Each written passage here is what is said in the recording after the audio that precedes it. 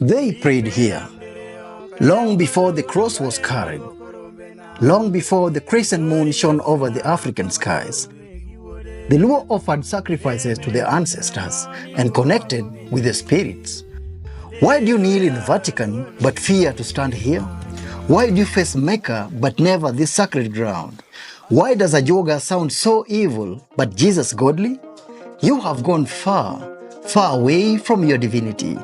Come with me to the home of Jopadola. Come and see the NYAKIRIGA shrine. Come and remember the forgotten ways of your ancestors.